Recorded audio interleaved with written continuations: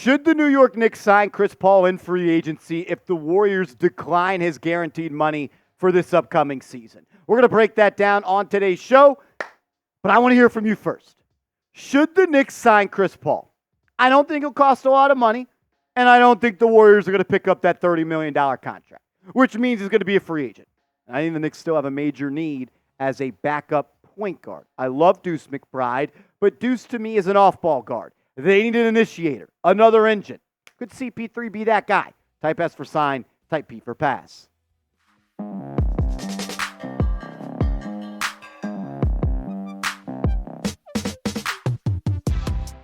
Welcome into New York Knicks Now by Chat Sports. I am your host, Marshall Green. Appreciate everybody for stopping by as we break down the latest news and rumors that surround this basketball team.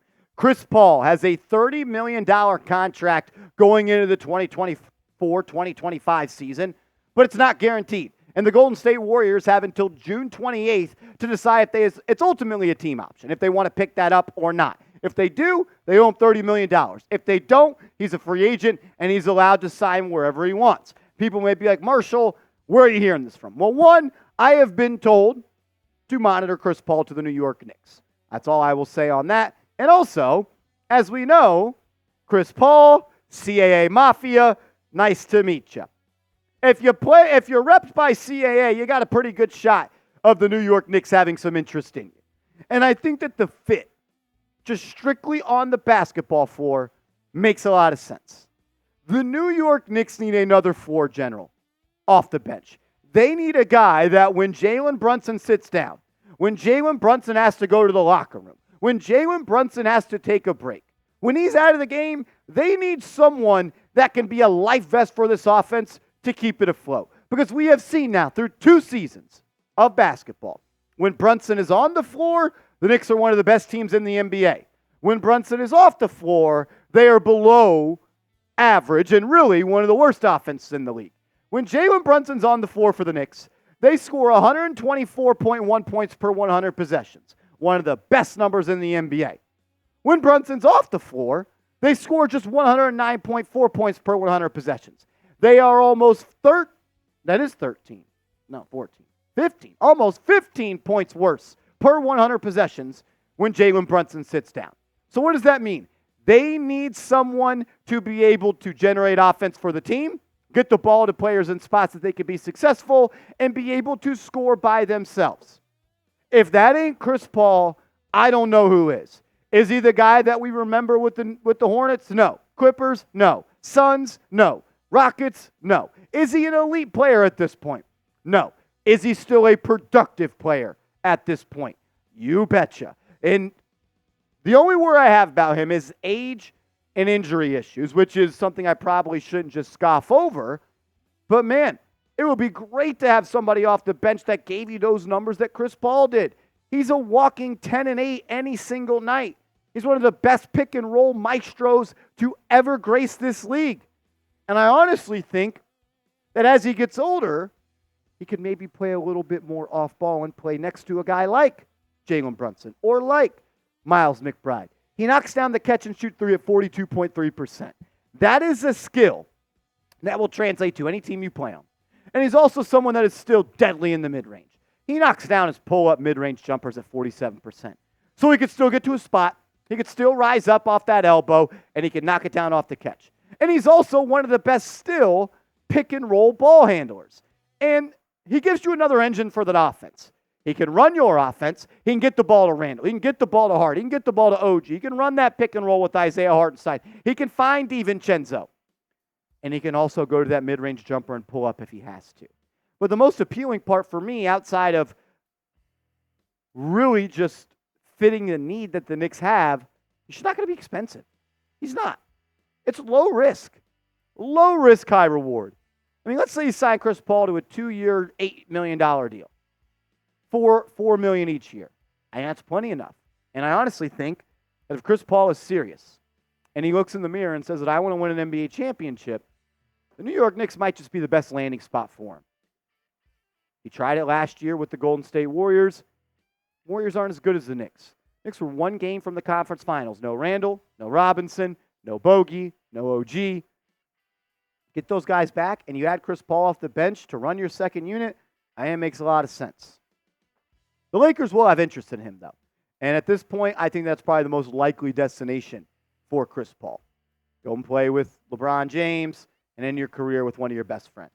But if he does enter free agency, which we are expecting him to do, as a CAA client, I would call him. I'd say, what would it take for you to come play for the Knicks? Because adding him off the bench, if your bench was Chris Paul, Miles McBride, Josh Hart, and a big, and maybe a rookie, I think you're in a pretty good spot. Make sure you are subscribed to the channel. The NBA draft is around the corner. We'll be live for both days on the channel. We'll also be live for NBA free agency and so much more. Free videos every day on the Knicks. Subscribe and turn the notifications on. Coming up next, we're going to talk about other top free agent point guards.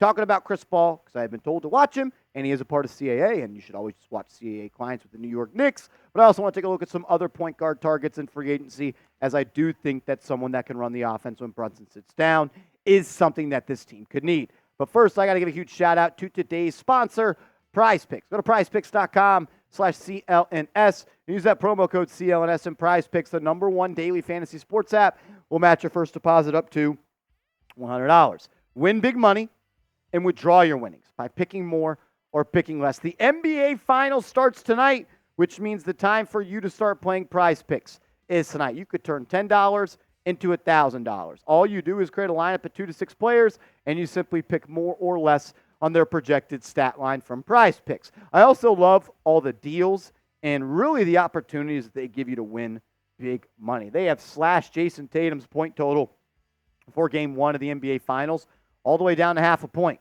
He makes one free throw. He makes one layup. You cash there. I'm also going to pair that with Derek Lively. I think he gets at least one assist. So give me the more on both of those. I'm going to put $20 on this lineup, and hopefully I come away with $60 so I don't have to ask Seeps for rent money. Go to PrizePicks.com/CLNS. Use that promo code CLNS. It's PrizePicks.com/CLNS. Promo code CLNS.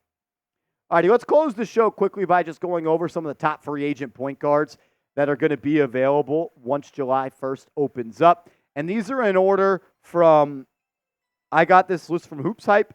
The order is in their order. Not my order, it is their order. And the #1 guy that they have is James Harden. The New York Knicks are not going to be in a spot financial-wise to sign James Harden. So this one is easy. This will be a pass for the New York Knicks. The next player that they had listed was D'Angelo Russell. And like James Harden, I think Russell will be outside the price point of the New York Knicks, so I'm not going to spend too much time talking about him. Tyus Jones, on the other hand, maybe he could be within the New York Knicks wheelhouse. If the Knicks are able to have their full non-taxpayer mid-level exception, it ranges from about 4 years to $55 million. Maybe Tyus Jones signs for more than that. But if you want to talk about a guy that can run your offense, be a maestro, control the pace of play, get the ball to guys in open spots, Jones, one of the best assist-to-turnover ratio point guards of all time. Don't know if the Knicks will have the money for that, but it would be something that I am interested in. And that is a lot of money, though, to pay a point guard to only play about 15 minutes a game, I will say. Russell Westbrook was the next player on Hoops Hype's list. My initial reaction was, no way, no how. I'm not signing Russell Westbrook. And I still feel that way. I'm not signing Russell Westbrook. But for a veteran minimum, I entertain it. He plays hard. He's a good rebounder. Still good in that pick and roll. He could drive and kick. I don't hate the idea, but not something that I would actually pursue all too heavily.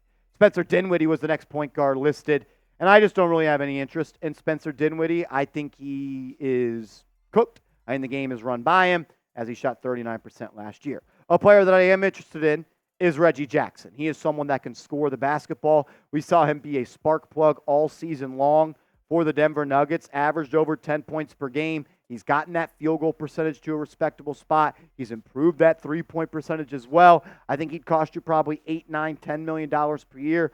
Does 2 years, $20 million get it done? Do the Giants, do the Knicks want to pay that type of money? I'm not sure.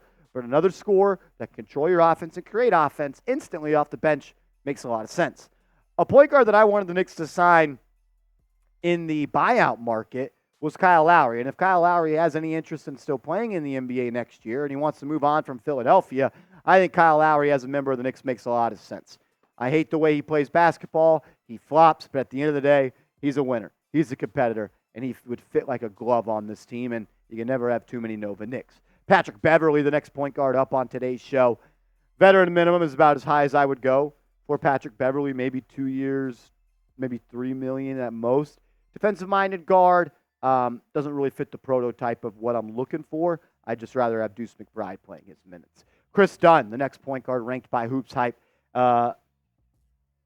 Defensive-minded point guard, I like him, but not really what I'm looking for at that point guard position. I want a guy that can set the table for others, and Chris Dunn is just not that guy anymore. Cam Payne, while he's not necessarily a floor general, he is someone that can create some offense for you, and we saw him hit some big-time shots for the Philadelphia 76ers in the playoffs. Cheap deal, sure, but not one of my higher priorities. Someone I am a little bit more interested in is Aaron Holiday. He had a pretty solid year for the Houston Rockets, and he came on as the season grew on. A little bit smaller than I would like, not the floor general and the table setter, but he's a competitive player, and I like the way he just goes about his business. Probably the player that I'm most interested in this list, and maybe I'm just still clinging on to what I thought he could be coming out of Washington. But at 6'3", he averaged over 8 points per game last year, under 3 assists, but the field goal percentage is 47. Markelle Fultz, I think, would make a lot of sense for the Knicks. He can get downhill. He can attack the basket. I think he could play alongside Deuce McBride. I think his defense is at least at an acceptable level, and he's someone that may not be the assist type of point guard we're looking for off the bench, but he could score, and he can get downhill. He's got creative touch around the rim, and he's got a little back-to-the-basket game as well, kind of a little Sean Livingston mid-range, and he's super athletic. I think the Knicks could benefit from adding some athleticism as well. Markelle Fultz is someone I've definitely got my eyes on. Dennis Smith Jr., been there, done that, not really all that interested in Dennis Smith Jr. at this point. Monty Morris, maybe. I like the way that he could shoot the ball. He's a little streaky, but someone I wouldn't look Monty Morris's way. I would look other people's way. Markelle Fultz, Tyus Jones, Reggie Jackson. Those are probably my top guys that I'm looking at. But Chris Paul, he's up there too. Name a point guard you want the Knicks to sign. Give me a name in the comment section. And make sure to follow me over on social media. I'm on Twitter. I'm on IG. Hit me up over there, and let's go Knicks!